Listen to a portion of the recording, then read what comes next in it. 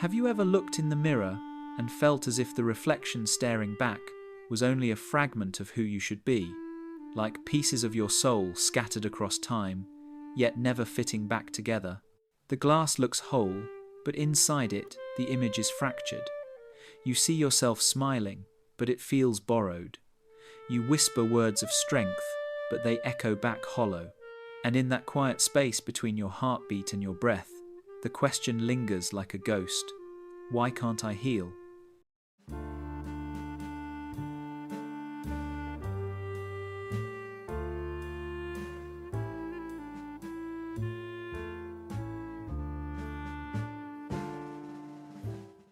You know the moments well. A childhood memory flickers when your laughter wasn't enough to earn love, when your tears were met with silence, when the warmth you needed turned cold. Those memories don't disappear. They harden into invisible cracks, hidden beneath the surface of your daily life. And so, you grow into an adult who learns to function, to perform, to wear the right masks, but beneath it all, the fracture remains, cutting through every attempt at wholeness. It is not weakness that keeps you broken, it is the depth of the wound. Psychology calls it attachment, those early bonds that write themselves into the nervous system. When love is inconsistent, your brain learns to expect abandonment, to brace for rejection. Neural pathways shaped in those tender years still whisper in the dark. You are not safe. You are not enough. You will not be held. And even as an adult, when someone reaches for you, you hesitate, unsure whether to trust the hand or shield against the strike. Healing feels impossible because it isn't just about moving on. It is about rewriting the nervous system, confronting the shadows that have lived within you for decades.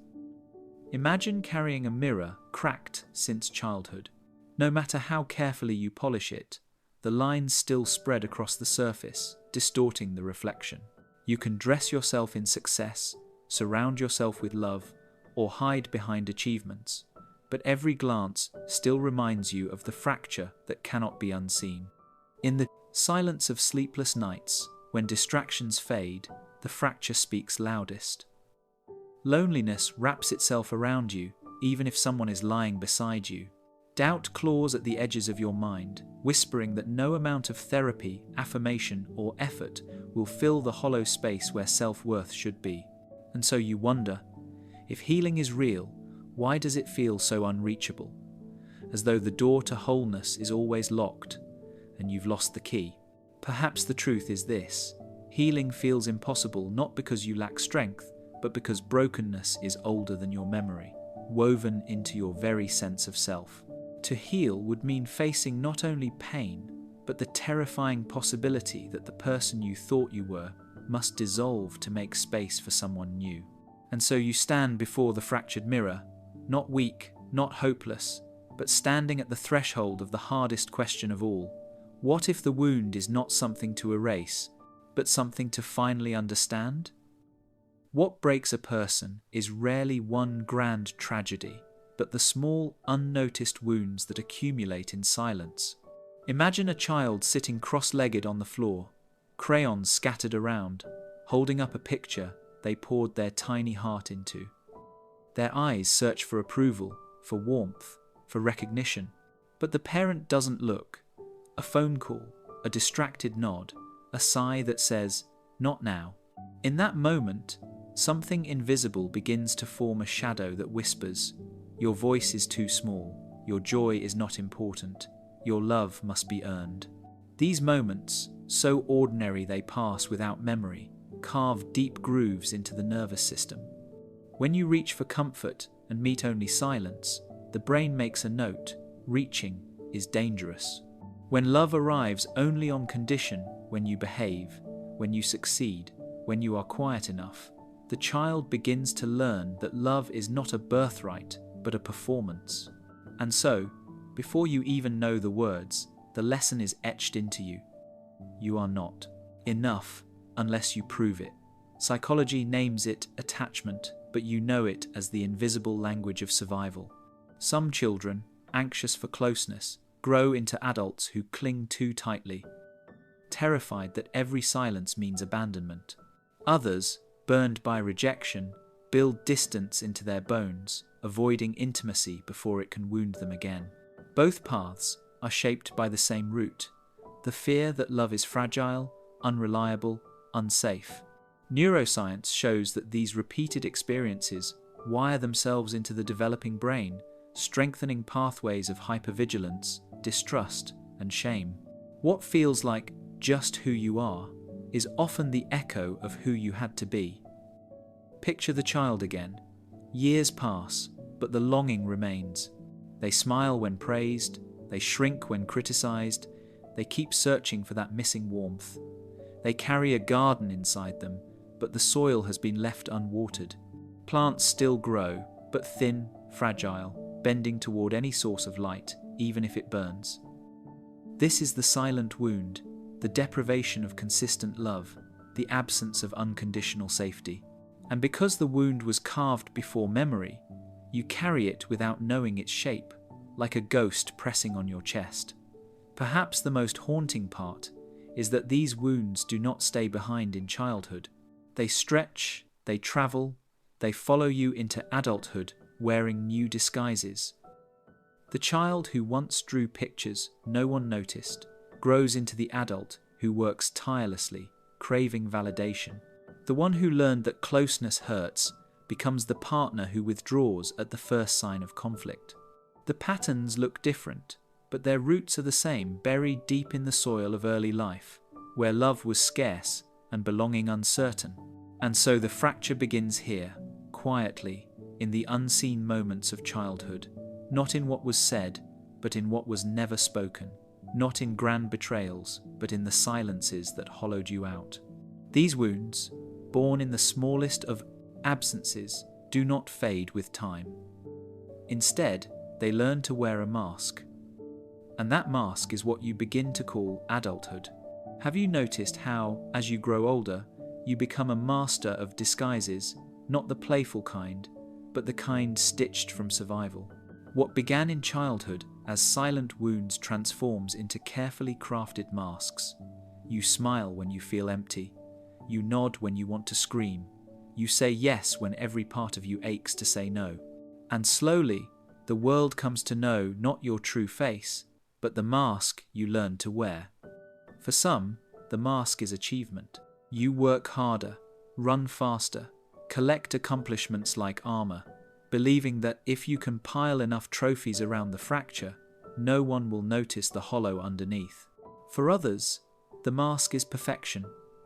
Every word measured, every action rehearsed, as though flawlessness could finally earn the love that once felt out of reach. Then there are those who choose silence, building walls so high that no one can climb them, convinced that detachment is safer than risking intimacy again. These masks are not random. They are echoes of childhood defenses. The child who was overlooked becomes the adult who overperforms. The child who was punished for speaking up becomes the adult who swallows every word. The child who was left alone too often becomes the adult who fears closeness, because closeness has always meant pain. Each mask is a kind of oxygen mask. You wear it to breathe, yet it suffocates you slowly, cutting you off from the very air you long for. Neuroscience explains this paradox with brutal clarity. The brain, wired for survival, does not easily release its patterns. The amygdala, the watchtower of fear, remembers every absence, every rejection, and fires warnings even when danger is long gone. What once protected you becomes a prison. You apologize too much, fearing the smallest ripple of disapproval. You crave validation, but when it arrives, you dismiss it, certain it cannot be real. You long for love, yet push it away, convinced it will vanish if you let it too close. It is a cruel irony. The very strategies that allowed you to survive as a child now conspire to keep you from living as an adult. The mask shields you from pain, but it also keeps joy at a distance. It hides your vulnerability, but in doing so, it hides your humanity. You begin to wonder whether anyone has ever truly seen you, or if the world only knows the disguise. And yet, beneath the mask lies something more than weakness. There is a psychological truth. a scientific story written into your nervous system, explaining why you cannot simply take the mask off, why survival strategies cling to you like a second skin. To understand this, you must look deeper, not at the disguise itself, but at the anatomy of the fracture that created it. Why is it that no matter how much you tell yourself to move on, to let go, to start again, your body betrays you? Why does the heart race at harmless words? Why do your hands tremble when love comes close? Why does the past bleed into the present as if time never passed at all? The answer lies not in weakness, but in biology. Trauma is not just remembered, it is etched into the nervous system, shaping how you breathe, how you think, how you love.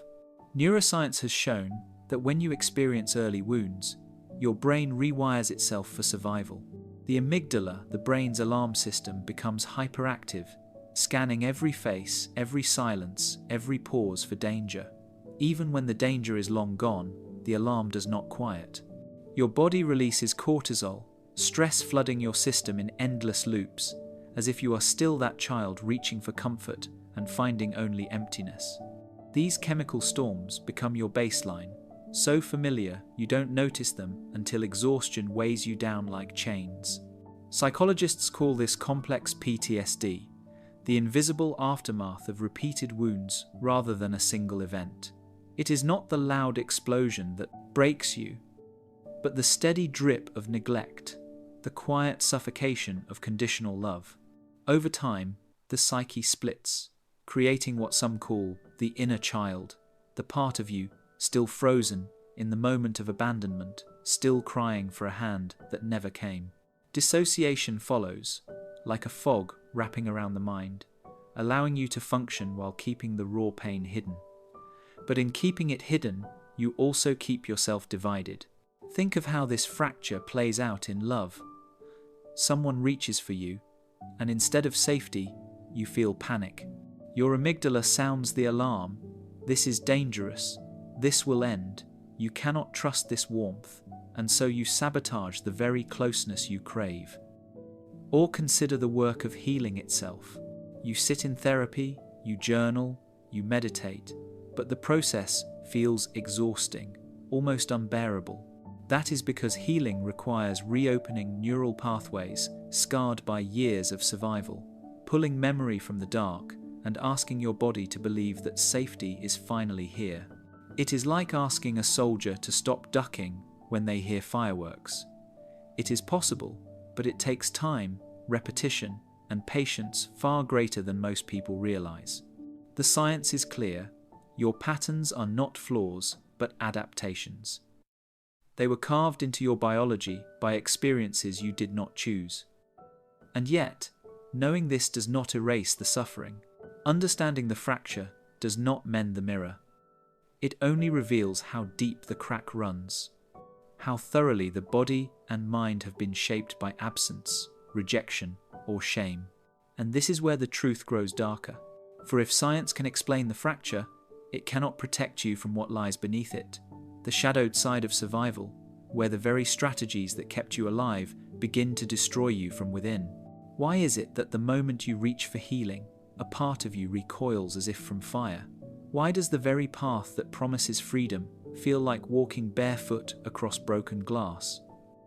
The haunting paradox of the broken self is that you long for wholeness, yet fear it, because to heal means to revisit the pain you have spent a lifetime burying, and sometimes the burial feels safer than the resurrection. Imagine a basement you never enter. Behind its locked door sits a monster, born from every memory you tried to silence. For years, you've lived upstairs, arranging furniture, cleaning the rooms, pretending the house is whole. But the monster waits below, feeding on neglect. And when you finally gather the courage to open the door, its roar feels louder than your will to fight. Healing demands you face it, but facing it feels like dying. This is why so many find themselves caught in cycles of repetition. You tell yourself you will choose differently in love, but somehow you return to the same kind of partner, the one who abandons, belittles, or betrays. You promise yourself you will stop sabotaging opportunities, yet you miss the deadline, hold back your voice, let fear suffocate ambition. You swear to speak kindly to yourself, and still the inner voice sharpens its knives, whispering that you are weak, unworthy, unlovable. These are not accidents. They are echoes of the shadow you refuse to see. Carl Jung called it the shadow, the unacknowledged wound that grows darker the longer it is denied. You push it away, convinced you are protecting yourself, but in truth you are feeding it. The garden of your soul, poisoned at the roots, produces only more thorns the more you ignore the soil. And the mask you once wore for survival begins to fuse to your skin. What once hid your pain now becomes your identity, making you believe that you are your wound, that the fracture is all you will ever be. Science has a name for this too. Trauma survivors often live with what researchers call trauma reenactment, unconsciously repeating pain in an attempt to master what was once unbearable. But instead of mastery, it brings devastation, convincing you that healing is impossible because every attempt at love or growth seems to end in the same collapse. The truth is, the collapse is not proof of your weakness. It is proof that the wound is still unhealed, still waiting for your attention. This is the dark side of healing. It is not a gentle ascent, but a descent into the basement, a confrontation with the monster, a willingness to touch the very fire that burned you. And while this struggle is deeply personal, it does not unfold in isolation. The world itself, its culture, its systems, its myths, shapes and deepens the fracture, teaching you which wounds to hide, which masks to wear, and which silences to carry. Have you ever wondered why the world seems to admire your exhaustion more than your peace? Why being busy is celebrated, but being still feels like failure? Society has a way of rewarding your brokenness, of turning your wounds into fuel for its own survival. The very insecurities that hollow you out are the ones it quietly depends on. Think of the workplace. You stay late, answer emails at midnight, sacrifice weekends not because you love the grind, but because a hidden voice tells you that slowing down will make you disposable. And yet, instead of questioning this voice, the world applauds you. Dedicated, they call you. Hardworking. But beneath the praise is a cruel truth. Your overwork is rooted in fear, in the fracture that whispers, you are only worthy if you are useful. The system feeds on that fear, profiting from your inability to rest. Or look at social media, where comparison is currency. You scroll through curated lives, each image a reminder of what you lack: beauty, success, love, ease. The platform thrives not on your wholeness, but on your doubt. Every advertisement is aimed at the fracture, the wrinkle cream for your fear of aging, the luxury brand for your hunger to belong, the self-help course for your gnawing sense of inadequacy. Your broken self becomes a market, and the world is eager to sell you pieces of a wholeness you will never quite find. Even culture itself conspires to sanctify brokenness. From childhood, you are praised for being the good child, the one who suppresses anger, who sacrifices their own needs, who never causes trouble. You are taught that compliance is virtue, that silence is maturity, that suffering in service of others is love. And while these lessons may look noble on the surface, they often mask a darker reality. People who doubt their worth are easier to control, easier to shape, easier to silence. Philosophers have long asked, who benefits when individuals doubt themselves? The answer is unsettling. A society built on consumption and conformity thrives when you believe you are incomplete. Broken selves work harder, spend more, obey more readily. They chase external validation because they have been taught to distrust their inner voice. And so, the fracture is not merely personal, it becomes systemic, woven into the fabric of culture itself. But this compliance comes at a terrible cost. You live your life like a puppet, strings pulled by unseen hands, applauded for your obedience while your soul grows thinner with every sacrifice. You chase endless goals, yet feel emptier the closer you get. You perform perfection, yet feel lonelier with every smile. And deep down, you sense the truth. A world that rewards your brokenness will never teach you how to be whole. The question then becomes not just how you carry your fracture, but how long you can bear the weight of living in a world that profits from it. And the toll of that weight is not abstract, it is emotional, visceral, and it leaves scars no applause can hide. What happens when the mask becomes too heavy, when the fracture that once hid in silence begins to echo through every part of your life? The truth is that carrying a broken self is not just an abstract idea, it is a weight you feel every day, pressing against your chest, slowing your steps, dragging behind you like chains that never loosen. You notice it in the mornings, when waking feels like lifting a mountain. You move through the day as if on autopilot, your body present but your spirit absent, every smile rehearsed, every laugh hollow. Nights stretch long, endless, filled with thoughts that gnaw like rats at the edges of your sanity. Sleep becomes a battlefield where the past returns in fragments, faces, words, silences that remind you of every wound that never healed. This is the toll of a shattered identity, anxiety that coils in your stomach, depression that paints the world in grey, relationships that feel like storms you cannot navigate. You find yourself drawn to the familiar, even if the familiar is toxic. The partner who neglects you feels strangely comfortable, because neglect is what you learn to expect. The friend who uses you echoes the voice you've always heard. You are only valuable when you serve. And even when you try to break free, something inside whispers you back into the cycle. Loneliness becomes your most faithful companion. Not the loneliness of being physically alone, but the loneliness that clings to you, even in crowded rooms, even when laughter surrounds you. You can sit among friends, a partner's hand resting in yours, and still feel the icy distance of being unseen, unheard, unknown. The fracture makes intimacy feel impossible, because no matter how close someone gets, you fear they will one day see the cracks and leave. Science has a name for this too.